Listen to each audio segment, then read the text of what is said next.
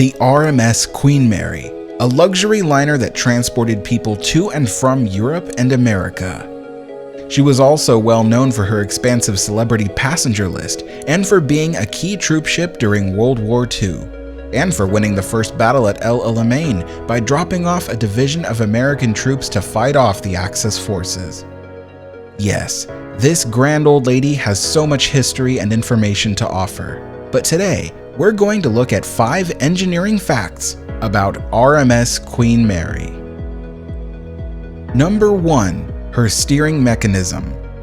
Turning this grand liner was no easy feat, despite the fact that the swift motion of the rudder and the incredible strength that kept the ship on course even during a mighty storm might make steering the ship look like easy work. The Queen Mary had 4 telemotor helms, 2 on the bridge for redundancy in case one malfunctioned. Then there was another helm below the docking bridge at the stern of the ship, which helped guide the ship while it docked. And lastly, as a final layer of safety, there was a helm in the steering room itself. The steering room is located aft on E deck, just above the waterline of the ship. The ship's 4 helms were hydraulically operated, and that pressurized fluid then activated 2 of the 3 hydraulic pumps, which were pressurized by a 250 horsepower electric motor. Those pumps then activated the steering mechanism by moving the hydraulic pistons. Only 2 were activated at any given time. By adding pressurized hydraulic fluid, the 2 cylinders expanded at opposite ends and turned the rudder. This motion also empties the unpowered cylinders, and this tandem arrangement is what turned the head of the massive rudder. The rudder was the largest of its kind ever put on an ocean liner at the time, and was equal to the tonnage of the Mayflower. It was so large, there was actually space inside for a crewman to inspect during dry dock. When Queen Mary first set sail, she had a steering system 3 times more powerful than any British liner that came before her. Number 2. Her voice.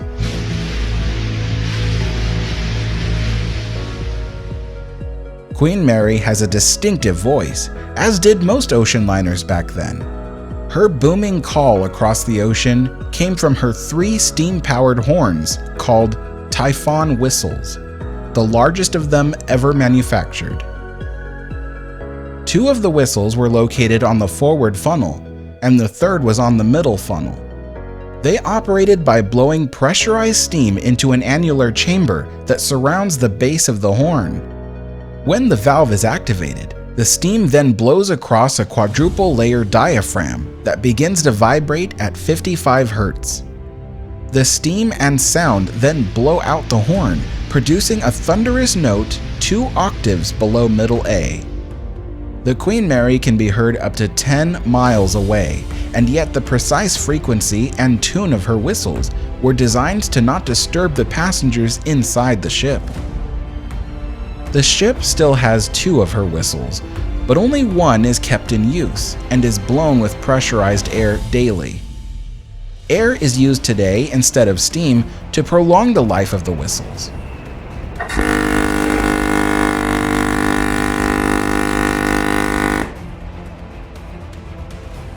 The 3rd Typhoon whistle is on permanent loan to Cunard's Queen Mary II, where it was restored and now operates alongside a replica.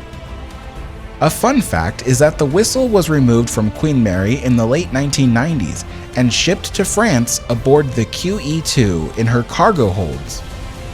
So it has the interesting designation of being a whistle that has sailed on 3 Cunard ocean liners.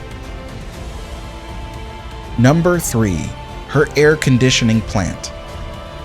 In the 1930s, air conditioning was still a new concept in luxury.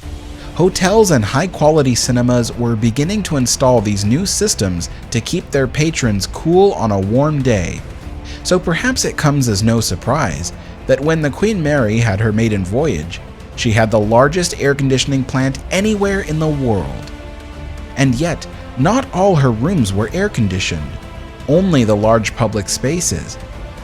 The main lounges, the smoking rooms, the dining rooms, and even the kitchens were all properly air-cooled, since these spaces were usually located deep within the ship and had a more likely chance of becoming uncomfortably warm. As for the smaller public spaces and even the stateroom cabins, they had the option of basic fresh air ventilation, using a system of fan rooms throughout the ship that sucked the air from outside and blew it through a system of ducts into various rooms to prevent them from stagnating or getting stuffy. And since the North Atlantic is often frosty cold, each room could be heated as well, so really, there was no need to air condition every room aboard the ship. But as years went by, more public spaces were given air conditioning by expanding the original system. But even then, the ship was no match for the warm, humid tropical waters when she transported troops in the war or when she cruised to the Canary Islands in her final years. Number 4. The First Class Restaurant. This room aboard the Queen Mary was once the single largest room aboard any ship. Stretching 145 feet forward and aft and expanding the full 118-foot width of the ship, the first-class restaurant on our deck is an enormous space. Towering the height of 3 decks, it is said that the entire hull of Cunard's first ship, the Britannia, and Christopher Columbus's entire fleet could fill the volume of space this room occupies. Creating a large cavity like this on a ship is done at the risk of the ship's strength, so you can bet that the engineers were very careful to design a strong support structure. Another interesting thing about this room is that its classic Art Deco design and high-tiered ceiling inspired director Stanley Kubrick to create a similar dining room for his creepy Stephen King adaptation of The Shining. Number 5. The Propulsion System. The RMS Queen Mary burned number 6 Bunker C fuel oil to boil the water for the steam that drove her engines.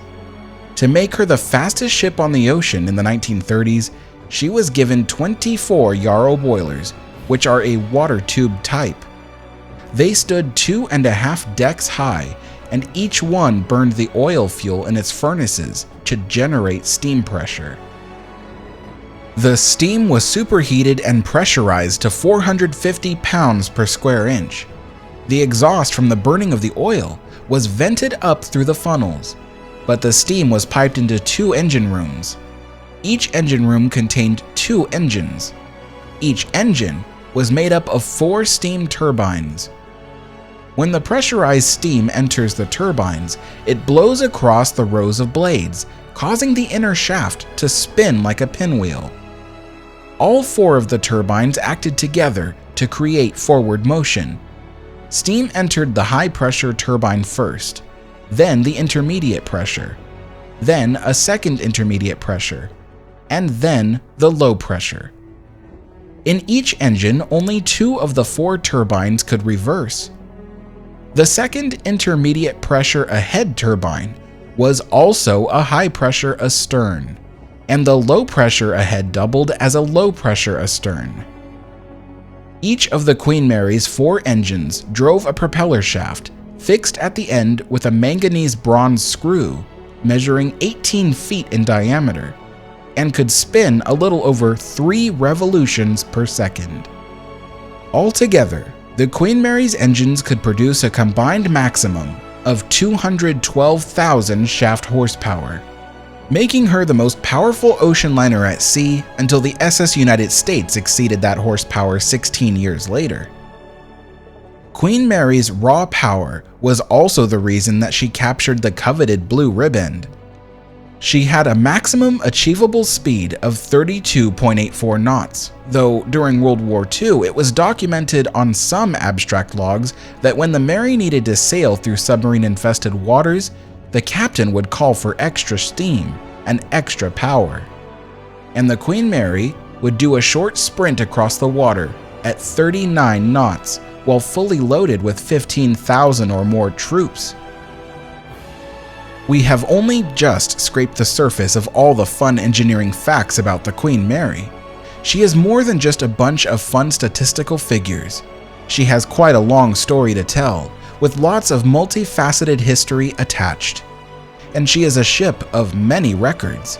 In this case, the most powerful steering mechanism of any British ship in the 1930s, the largest Typhoon whistles ever manufactured, the largest air conditioning plant in the world at the time, the largest room at sea in the 1930s, and for 16 years, she had the most powerful engines on any ocean liner.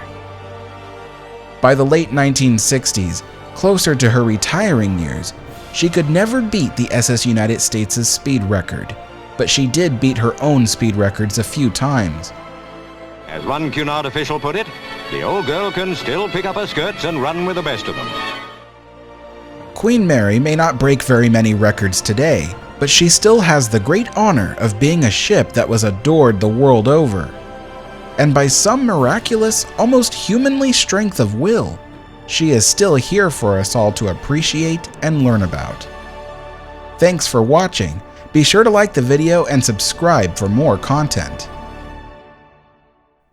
Thank you for watching, everyone. For more stories on the architecture, engineering, and history of the steam age, make sure to subscribe. You can support me by either becoming a Patreon member or channel member, or you can help donate to my transatlantic voyage to the UK. Links and information are in the description below. Thanks again.